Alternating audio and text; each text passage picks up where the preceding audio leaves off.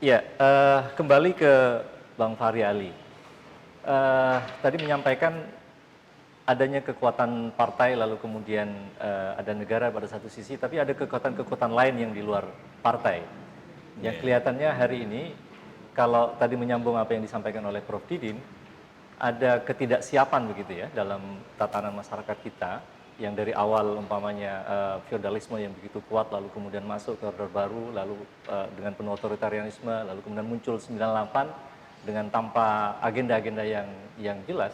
Nah, bagaimana munculnya kekuatan-kekuatan di luar ini menurut Bang Fahri? Apakah betul itu lemahnya demokrasi kita, dan masa depannya ini kira-kira seperti apa ini kalau kita perhatikan itu? Sebenarnya begini, dalam konteks kesiapan tadi ya, apakah kita siap atau tidak berdemokrasi ya? Betul. Mungkin kita lebih baik dibandingkan ya, misalnya negara-negara Arab, gitu. Karena kita tradisi berpartai itu sudah muncul sejak 1911. Ada Syarikat Islam, gitu ya. Yang kedua adalah ketika Muhammadiyah berdiri, itu walaupun basisnya di Jawa, tetapi Din Samsudin yang berasal dari Lombok, Sumbawa ya, Sumbawa, dari Sumbawa itu bisa menjadi Ketua Muhammadiyah. ketua umum 2 periode. Ya. Nah itu juga terjadi pada NU, gitu. NU yang didirikan pada 1926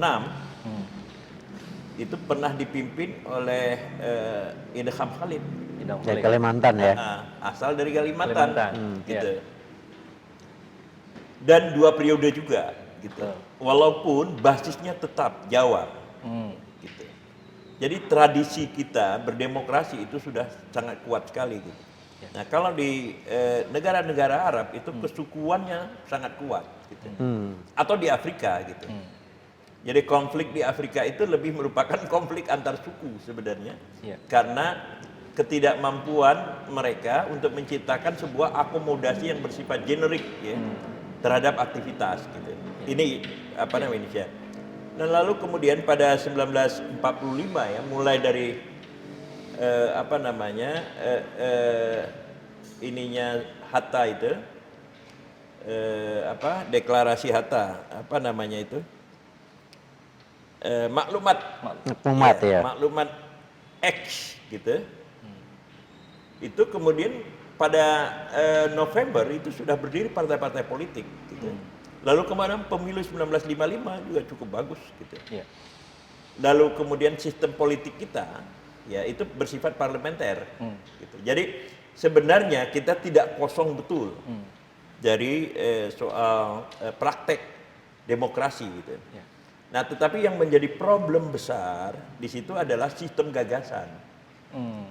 Sistem gagasan ya, mana yang dianggap laik ya, alias cocok bagi pertumbuhan ekonomi, gitu. Jadi kalau Anda mau mengejar pertumbuhan ekonomi, maka sistem politik apa yang kemudian harus Anda terapkan. Nah, Soekarno, gitu. Tadi saudara Didin sudah apa namanya, sudah menyinggung ya, itu dari 1959 sampai dengan 1967 mungkin ya, itu tidak punya atau tidak menganut persoalan apa namanya asumsi pertumbuhan ekonomi.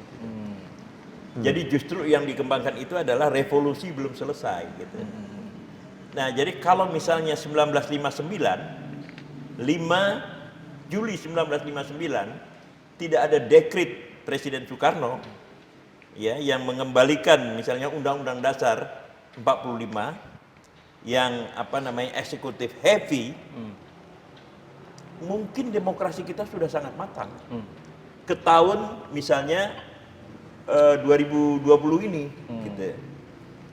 Nah, yang kedua adalah munculnya sebuah kelompok ya yang bias kepada pemikiran teknokrat. Itulah Orde Baru, gitu. Yang penting itu adalah rakyat tidak lapar. Kira-kira begitu, gitu. Maka sistem politiknya ya ini yang dipakai, gitu. Jadi sudah 19 berapa tadi Dekret 1959 59 lalu gitu. Orde Baru. Lalu kemudian Orde Baru Ya. dengan premis pertumbuhan ekonomi. Itu yang selalu kemudian dikritik oleh Didin gitu. Iya. Buku dia ya yang akan saya edit nanti gitu, tapi sudah pernah terbit itu berbicara tentang alternatif dari pertumbuhan ekonomi Iya. gitu. Jadi banyak jalan yang bisa dilaksanakan di mana ekonomi oke, ya demokrasi bisa oke gitu. Iya. Oke. Nah, kalau melihat yang reformasi seperti sekarang ini, Bang, ini Nah, kan artinya reformasi ada, sekarang ini, iya, reformasi sekarang ini itu masih bias kepada pertumbuhan ekonomi, gitu. Kalau yang dipasang misalnya Ani, gitu ya, sebagai Menteri Ekonomi, Didin sebenarnya yang lebih berhak untuk membicarakan ini ya. iya, Misalnya, gitu, maka jelas ya premis pertumbuhan ekonomi itu berpengaruh terhadap kebijakan political Politik. ekonomi yang ada. Yang kedua, ya, yang dilakukan oleh Presiden Jokowi sejak 2000 berapa 14 14 ya. 2014. 2014 gitu Periode kedua. dengan ya strategi pembangunan infrastruktur di seluruh wilayah ya, itu adalah sebuah strategi yang bagus yang memberikan basis ya, terhadap distribusi Ya. sebenarnya. Membangun dari pinggiran gitu, Iya. tema-tema seperti itu. Distribusi itu yang saya maksud adalah distribusi akses ya kepada sumber daya ekonomi. Iya. Dan distribusi akses terhadap proses mobilitas vertikal di wilayah peripheral gitu ya, di wilayah pinggiran. Pinggiran. Gitu. Nah, tetapi back mind-nya itu tetap pertumbuhan ekonomi. Gitu. Back mind-nya. Nah, mestinya pada periode kedua Presiden Jokowi ya 2019 sampai insya Allah 2024 gitu, itu melaksanakan sistem gagasan Didin Damanhuri gitu, alternatif dari pertumbuhan ekonomi itu gitu. Tetapi demokrasi itu tetap jalan. Iya, iya, iya. Ya. Ini yang menurut saya ya, yang tidak apa namanya ganti personil apa namanya ini Senelang. Personelan. personeling ya, udah personel. lama nggak bawa mobil. dari satu langsung ke tiga gitu. Nah itulah yang menyebabkan kemudian banyak yang space ya, yang ini yang kosong gitu. Space political ekonominya, space sosialnya gitu. Itulah yang kemudian diisi ya oleh kekuatan-kekuatan yang tumbuh. Oke. Gitu. Bibit-bibitnya sudah ada Ya. gitu. Misalnya kalau Anda mau minta saya menyinggung Rizik misalnya, itu bibitnya sudah ada. Gitu. Even sebelum masa reformasi, Ya. dia sudah dikenal ya sebagai apa namanya pendakwah gitu. Ya. Dan sudah ada pengikut walaupun tidak terlalu besar gitu. Baik. Nah, mungkin space disimpan dulu inilah itu. sebenarnya yang kemudian yang tidak terlingkup Ya. tadi di dalam proses demokrasi yang lebih bersifat political party regime gitu. Jadi rejim politik partai politik. Ya. Lalu kemudian yang tidak ada partai politiknya bagaimana? Bagaimana? Piye gitu. Oke, Bang. Ini Nah. disimpan dulu, Bang. Ini kayaknya menarik ini. Ya, Betul. menarik Saya kalau juga kita mau minum bicara. soalnya nih. Iya. Silakan, Bang, sambil minum. Iya. Ini saya menyambung dengan tadi ke Prof Didin. Karena kelihatannya memang tadi Prof Didin di awal menyampaikan umpamanya tentang gagasan demokrasi dari awal kemudian feudalisme.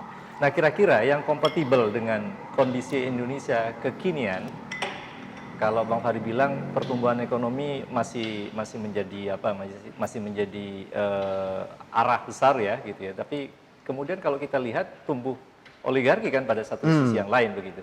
Bagaimana Prof Didin melihat di satu sisi kita menjalankan demokratisasi yang sedang proses konsolidasi begitu, tapi di sisi yang lain ada arah pembangunan ekonomi yang kelihatannya tidak sejalan dengan nature dari bangsa kita begitu.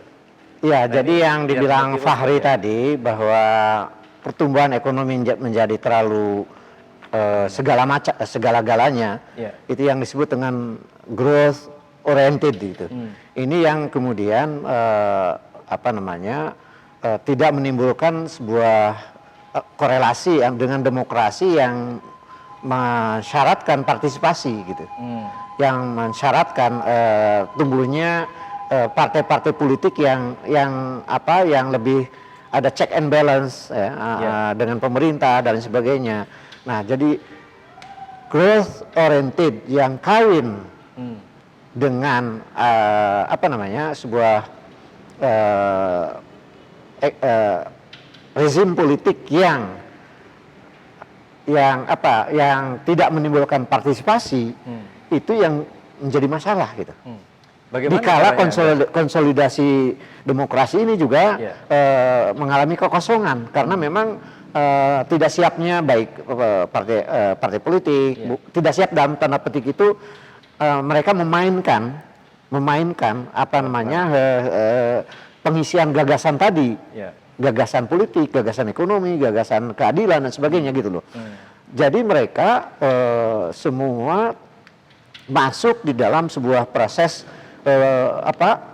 itu tadi mengejar pertumbuhan tadi, mengejar pertumbuhan at all cost.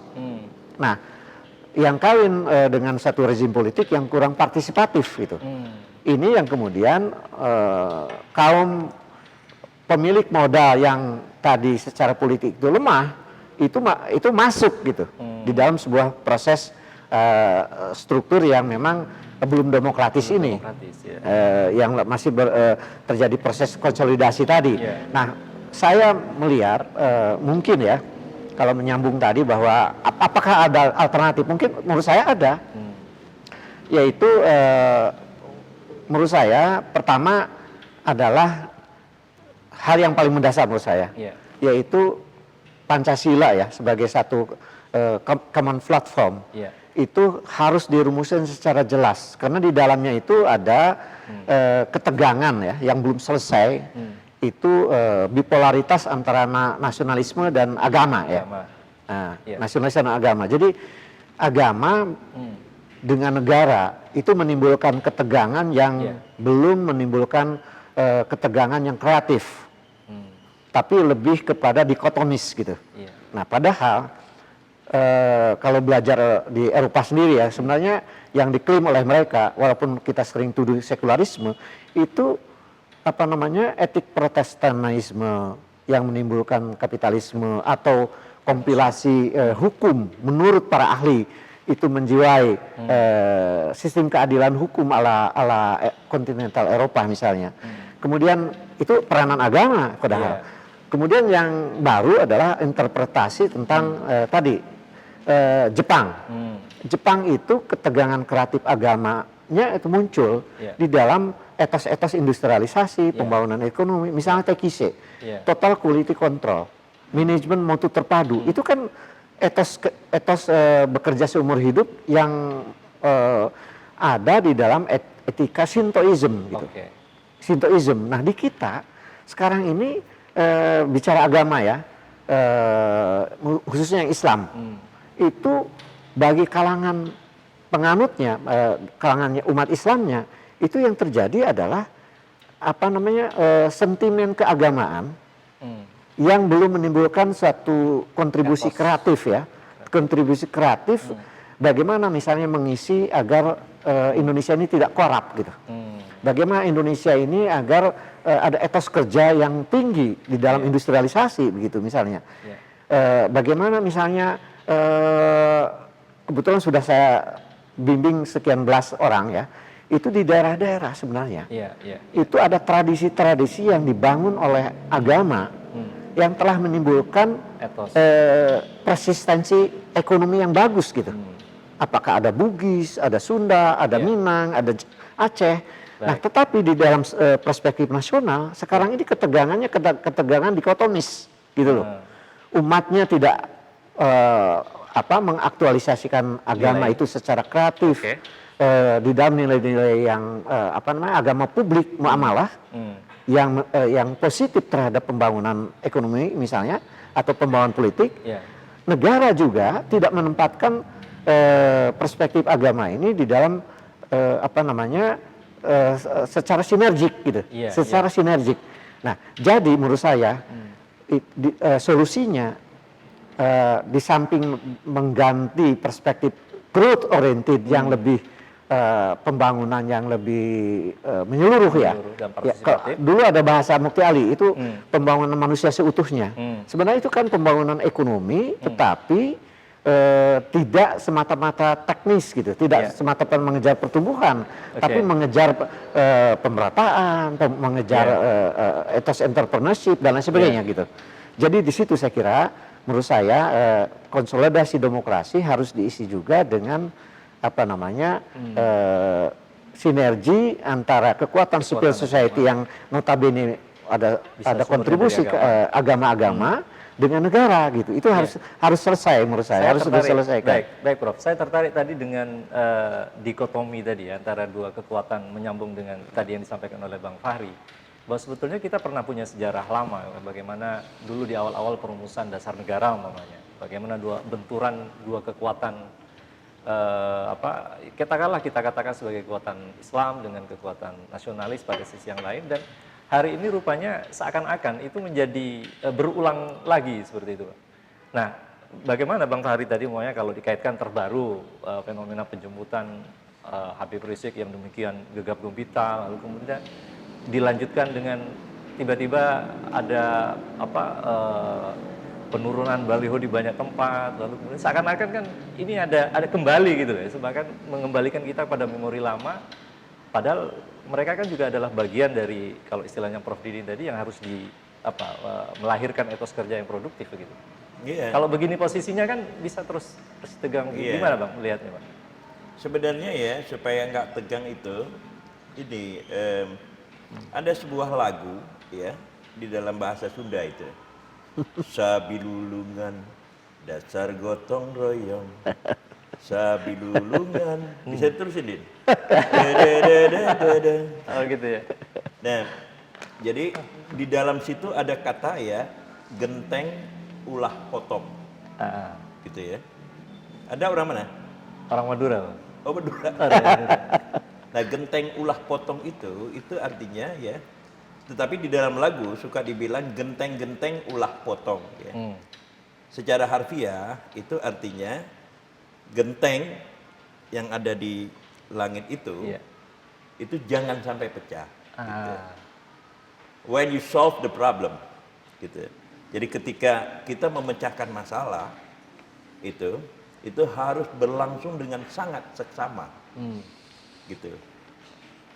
Nah, itulah saya pernah mengatakan bahwa lagu Sabilulungan itu bagian dari regulasi sosial, gitu. Karena itu diciptakan ketika Jawa Barat itu konflik, ya, Sunda, kayak gitu, antara yang Islam di bawah Kartosuwiryo dengan yang yang nasionalis, gitu. Lalu kemudian diciptakanlah lagu Sabilulungan itu. Sabilulungan dasar gotong royong, gitu. Nah, lalu kemudian ada kata-kata genteng ulah potong. Jadi when you solve the problem, gitu, maka Anda harus sangat hati-hati, ya, supaya kemudian ya bahkan genteng pun tidak pecah, gitu.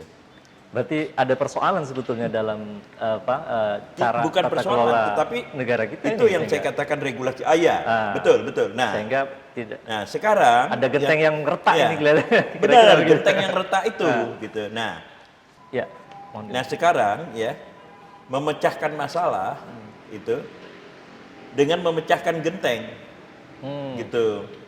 Nah dulu itu ya kalau Anda mengatakan ini, misalnya angin mamiri ku pasang 7 wita tangana nama nggak hafal ya? Nggak hafal. Hidupku gitu. Atau misalnya ya ini salam mesra untuk Halmahera. Salam mesra untuk Halmahera gitu. Nah, itu adalah kreasi seni ya. Sebagai bagian dari regulasi sosial yang diciptakan di dalam masa Presiden Soekarno ketika menghadapi ya perpecahan bangsa pada waktu itu gitu. Nah, sehingga kemudian muncullah misalnya lagu yang dianggap irian, ya. Apuse kokodau. Terus ya Rabbi Sorong dadari. betul, gitu. Nah, itu artinya ya untuk mengatakan kepada orang-orang sekarang Papua ya, you are part of the Indonesia. Gitu. Nah, ini yang kemudian ya tidak dilakukan lagi gitu. Semua dilakukan itu kalau enggak ya dengan apa namanya repression ya. Itu apa legitimate repression ya atau legitimate violence. Kata Max Weber ya. Kekerasan. Nah, negara itu memang punya hak ya untuk melaksanakan kekerasan. Iya. Dalam konteks ini karena didasarkan kepada hukum. Lalu kemudian legal approach gitu. Jadi pendekatan yang bersifat legal terhadap masalah yang sebenarnya sangat rumit gitu. Atau misalnya begini, atau kepada masyarakat-masyarakat yang mereka tidak tahu ya harus mengartikulasikan diri bagaimana karena partai-partai politik sudah penuh. Iya. Gitu loh. Iya. Atau birokrasi tidak apa namanya memperhatikan mereka. Ya. Atau misalnya dalam konteks Rizik lagi ya yang Anda ingin sekali saya menyebut itu kan. Itu ya. Apa yang establish itu NU dengan Muhammadiyah ya itu bukan merupakan kawan dialog buat mereka gitu. Nah, di dalam konteks ini kita bisa mengatakan bahwa bisa saja mereka secara teoritis adalah kalangan yang teralienasi secara struktural gitu. Iya. Nah, lalu kemudian kalau negara turun gitu. Negara turun itu maksud saya adalah tentara yang turun. Mengambil itu. Baliho dan Apa namanya? Gambar itu. Baliho Ya. Mengambil baliho segala macam itu. Apakah gitu genteng-genteng ini tidak potong gitu, tidak pecah. Bukan hanya retak ya, tapi Gitu. Gitu. Makanya kemudian genteng-genteng ulah potong gitu. Ini yang kemudian menjadi sangat penting untuk kita lihat gitu. Nah, jadi negara gitu ya, dia harus punya narasi yang lebih cerdas daripada yang diperlihatkan oleh Habib Rizik. Gitu. Karena perangnya kan pada dasarnya perang narasi kan. Kalau itu dicampur perang atau kompetisi lah. Kompetisi narasi. Nah, kenapa Belanda kalah dengan kita dulu? Pada 49 di ujungnya ya. 49 itu. Revolusi kita kan 45 sampai 49. Karena narasi kita lebih kuat. Baik. Gitu. Sementara yang lain kita tidak punya apa-apa. Gitu, cuma punya bambu runcing. Disinilah kemudian kecerdasan negara itu yang menjadi andalan untuk memecahkan masalah supaya genteng tidak pecah ya. Tidak pecah. Baik. Gitu. Ya. Itu kan negara membiayai ratusan triliun. Padahal keluarga di Asia ini sudah menjadi sistem jaminan sosial yang berbasis informal. Keluarga menjadi sumber mencari pekerjaan baru. Keluarga menjadi sumber solusi kalau terjadi PHK. 98 itu yang menampung orang-orang yang kena PHK itu keluarga. Nah, itulah yang saya katakan the smart state. Ya. Negara yang cerdas Smart state. gitu. Untuk menyelesaikan masalah-masalah yang non teknikal. Apa yang dikatakan Didin tadi sangat bagus gitu. Bahwa tentang ini keluarga besar ya. Ada keluarga batik ya. Ada keluarga ini besar gitu yang punya nilai ekonomi yang kuat gitu, tetapi juga memberikan asuransi gitu, insurance ya bagi krisis ekonomi ketika mereka tempat kembali gitu.